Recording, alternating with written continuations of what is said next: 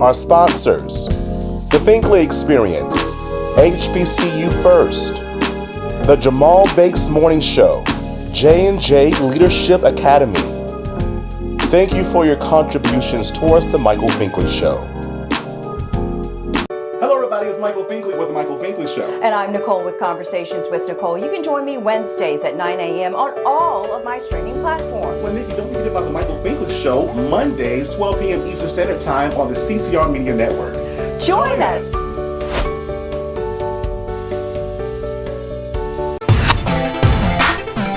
Hi, I'm celebrity saxophonist Richard Shaw Jr. from Atlanta, Georgia. Make sure you stay tuned for more with The Michael Finkley Show. It is absolutely phenomenal.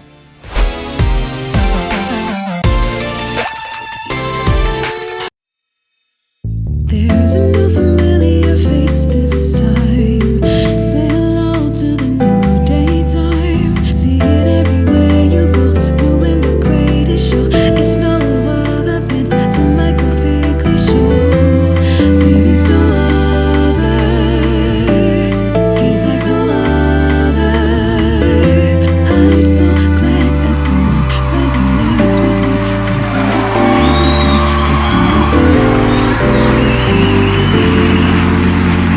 Michael. Welcome back to The Michael Finkley Show. Now, y'all, my next guest, I am very excited to have. She is in fashion. Of course, look at her decor and all the good stuff that goes along with it. Fashion designer and personal stylist herself. She's none other than Sharonda Richardson. How are you? I'm good. Thank you for having me. How are you doing? I am super, uber well, fantastic. I sure am. I might have to steal that. Despite of the coldness, we sure are. Yeah. Oh my word. So let's just dive right into it. Like I saw you on your Instagram and your social media, your website, all the good stuff that you've been doing within fashion. How did we get here? Were you always interested in fashion?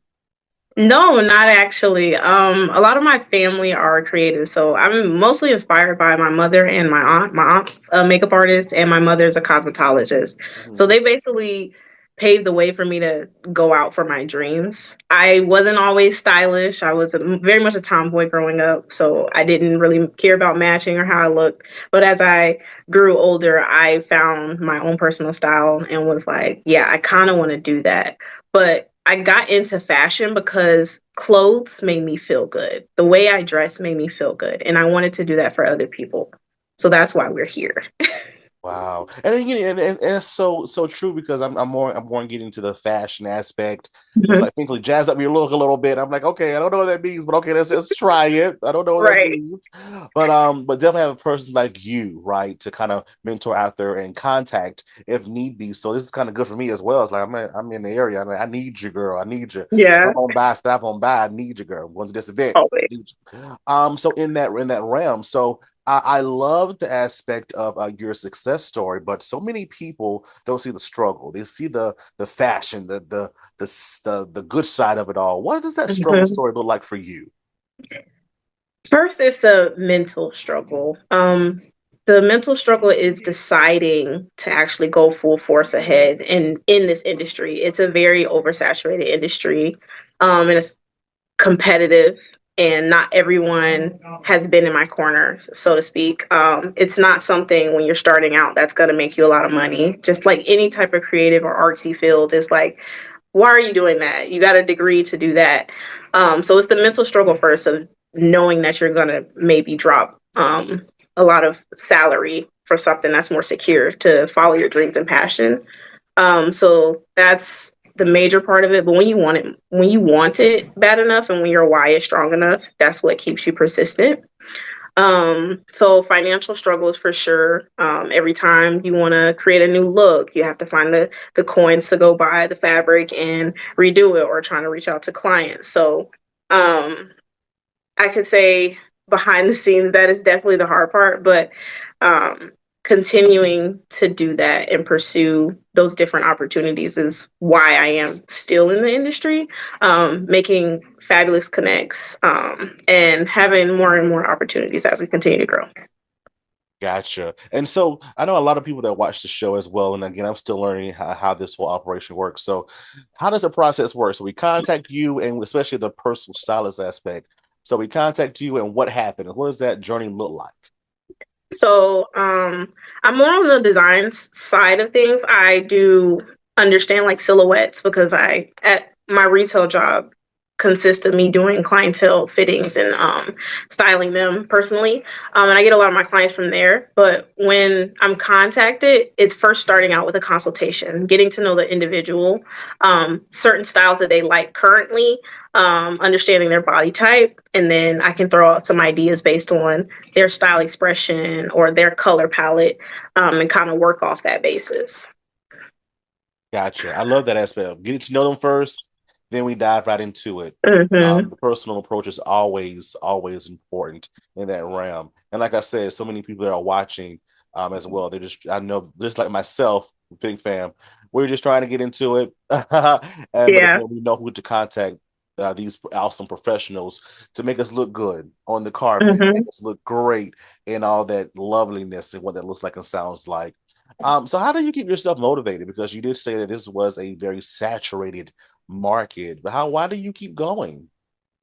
Again, I say it's because of my why. The why is what keeps me going. So I primarily work in bridal and formal wear, and a lot of my life I've been searching for like love in a sense because I loved it so much. I'm a hopeless romantic. So I live vicariously through my brides and through my clients. But it's being able to give them a joy when I knew I didn't have that so much growing up. I was always searching for it. So how can I contribute and make the world a better place in a sense? Because happier people make a much more peaceful life at the end of the day. But besides what you do, how do you make yourself happy? Hmm. I've been over the last 2 years, I've been doing a lot more self reflection. So I like to go and journal, go to the park, sit in nature really, and just kind of bask in the beauty of it. I don't like a whole lot of hustle and bustle. So when you can take some time to just sit in serenity and like breathe a little, look at the inspiration. So I most of the time get my inspiration from nature. Um, I like to sing. Singing is like one of my favorite things to do. Even though I have stage fright is a real thing. So yeah, that painting, sewing. I was sewing before it became a career field. So yeah, those are all things that kind of embody and make me a happier person. Gotcha. Gotcha. And it's all about the process. It's all a part of what life's process is all about. I mean, I understand it, but again, we'll understand. As my grandmother used to say, by and by, in that regard. Do you still think that you're finding yourself? I think I know. I think finding yourself or discovering new parts of yourself is a lifelong journey. You're always constantly changing.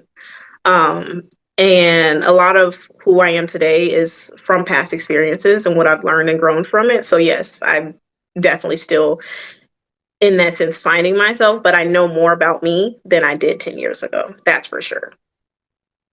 Gotcha. And that makes sense. That definitely makes sense. And I feel that in a relationship, and again, that relationship started with us and then evolving to someone else coming in, right? So now I Hmm. know who I am. Now I got to know who to learn who this person is. We have to learn each Right, other, right? And right. then it's continuous, even with our siblings, our parents, because I look at my parents now. They'll be 60 this year.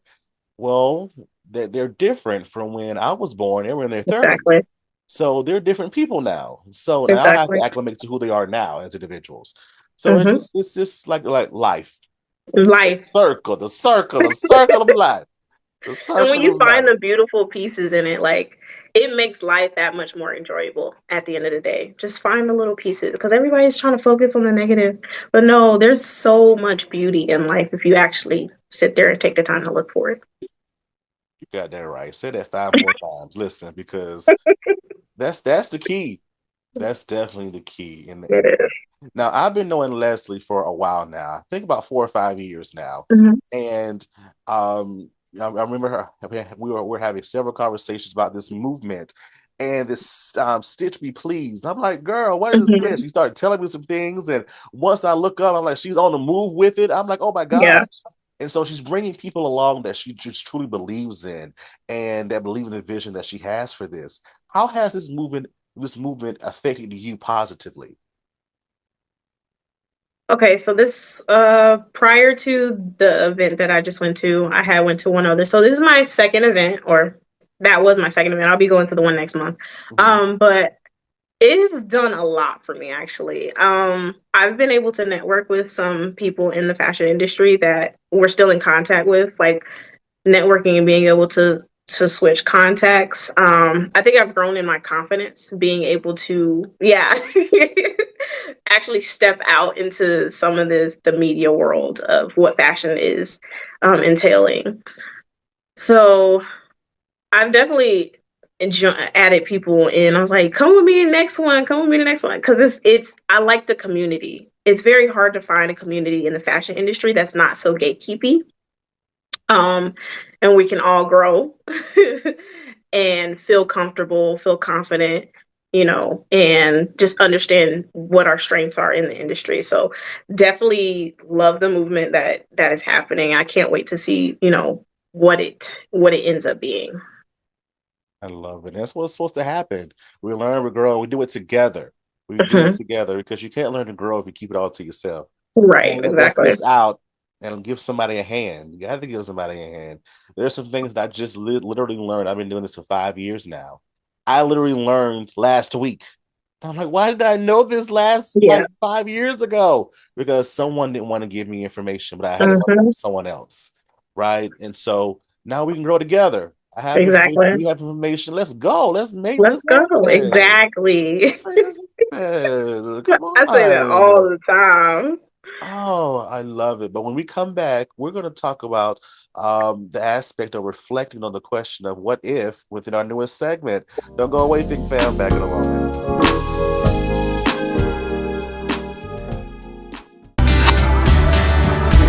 Beautiful people, it's Major, my mama's favorite hope dealer, and you're watching The Michael Finkley Show. Now that's Major.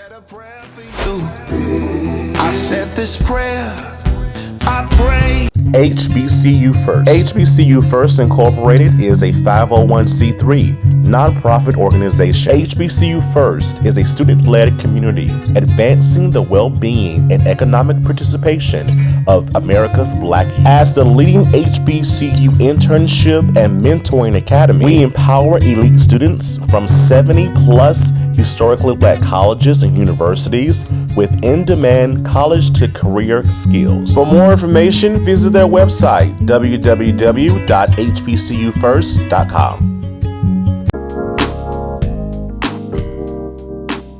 But hello, everybody. Welcome back to the Michael Finkley Show. She was still chatting with Sharonda here, and I'm learning so much about the fashion, the aspect of fashion and design. I just love it. I love it all. And so we're going to do one of our newest segments called What If?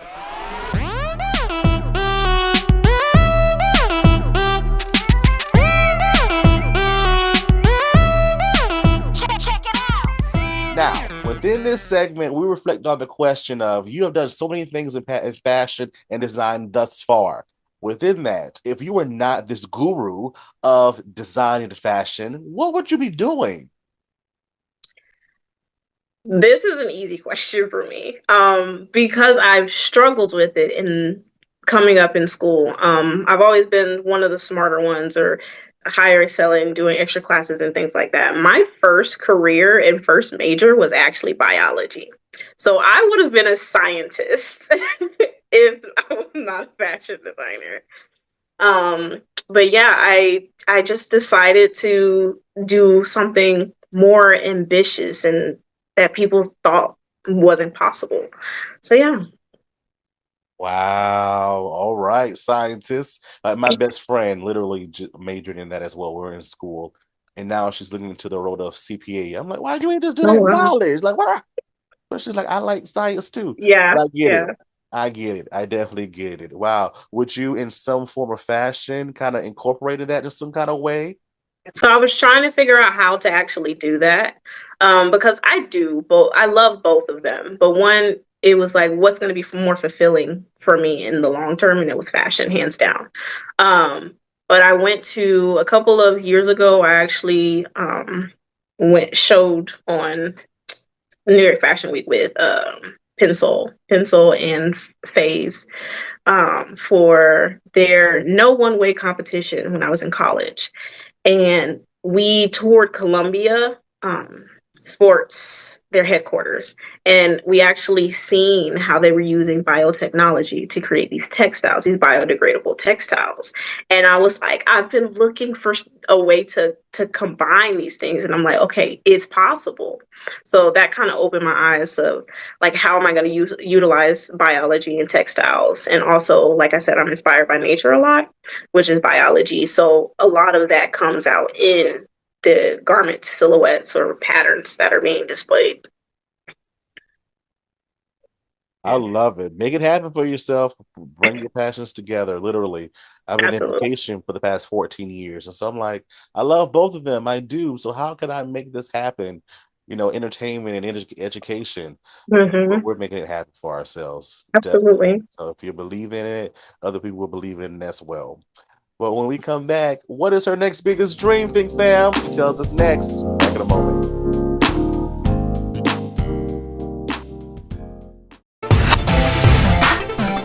Hi, everybody. I'm Teron Brooks. Perhaps you know me as Eddie Kendricks in the miniseries The Temptations. Perhaps you've seen me on Broadway. Perhaps you've listened to some of my records. I'm happy that I'm here at the Michael Finkley Show. You're watching it right now.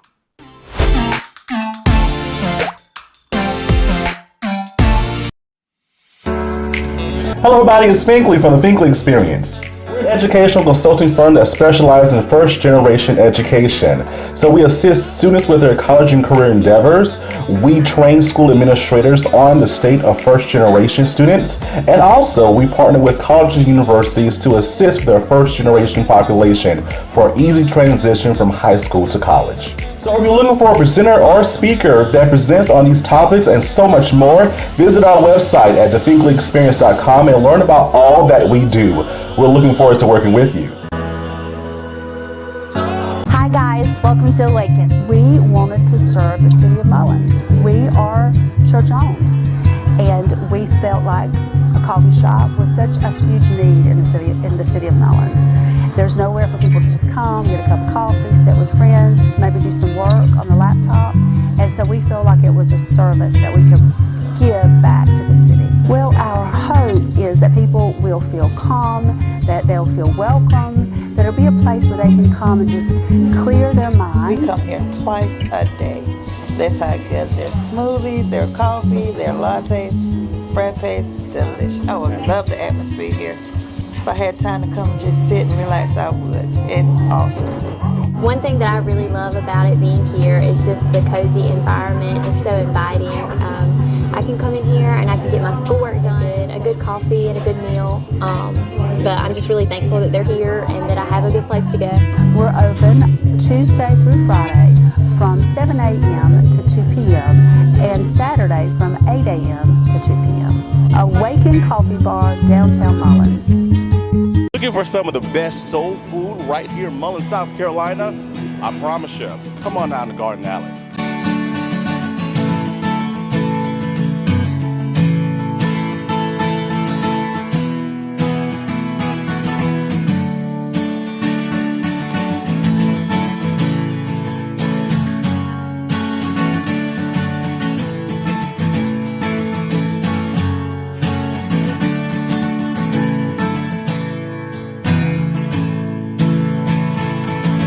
Our grape salad's fabulous, our water gate, our potato salad, our chicken is fresh, macaroni and cheese is salted to perfection. I haven't found anything that's not great.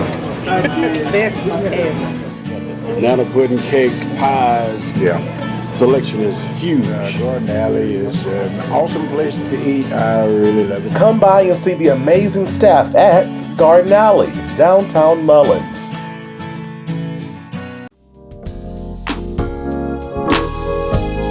Hello, Fink fam. Welcome back. Now, Sharonda, this is it. There we go. Question of the season right here. What is your next biggest dream? Whew. My next biggest dream. I'm all for helping and making the world a better place in some sense.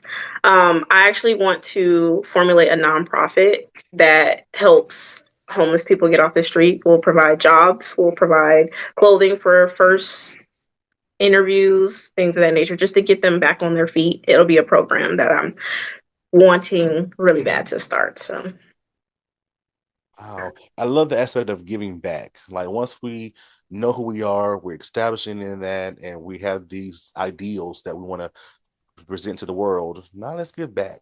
yes, Let's just absolutely. we made the connections, right? Our connections are helping us, right? In that regard. Let's just give back. Let's help everybody else. Exactly. Are you proud of yourself at this point in your life?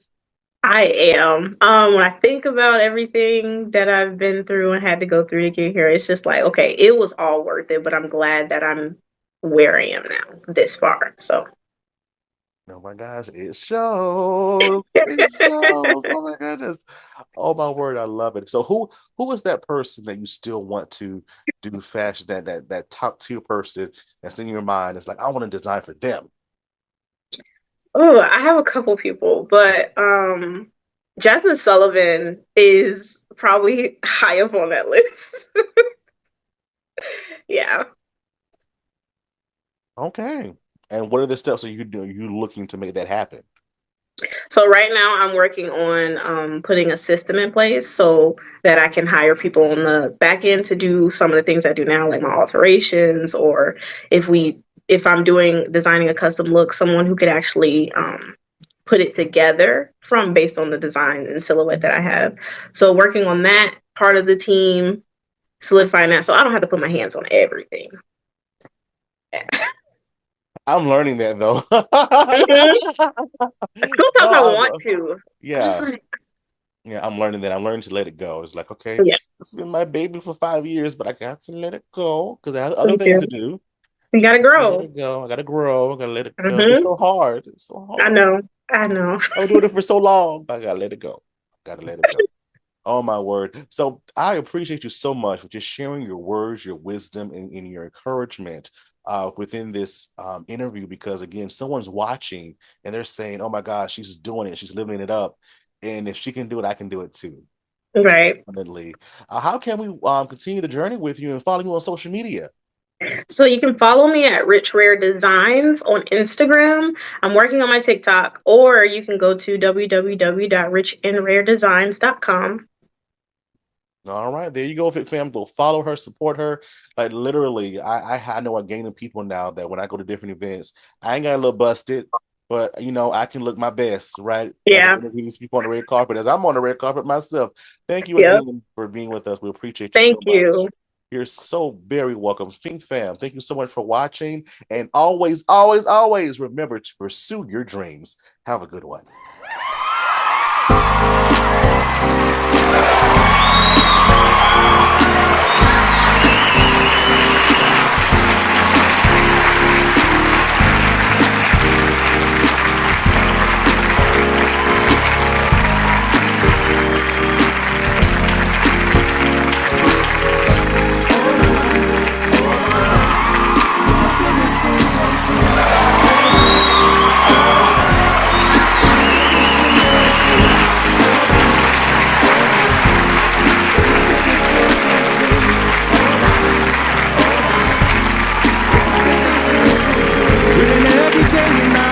As long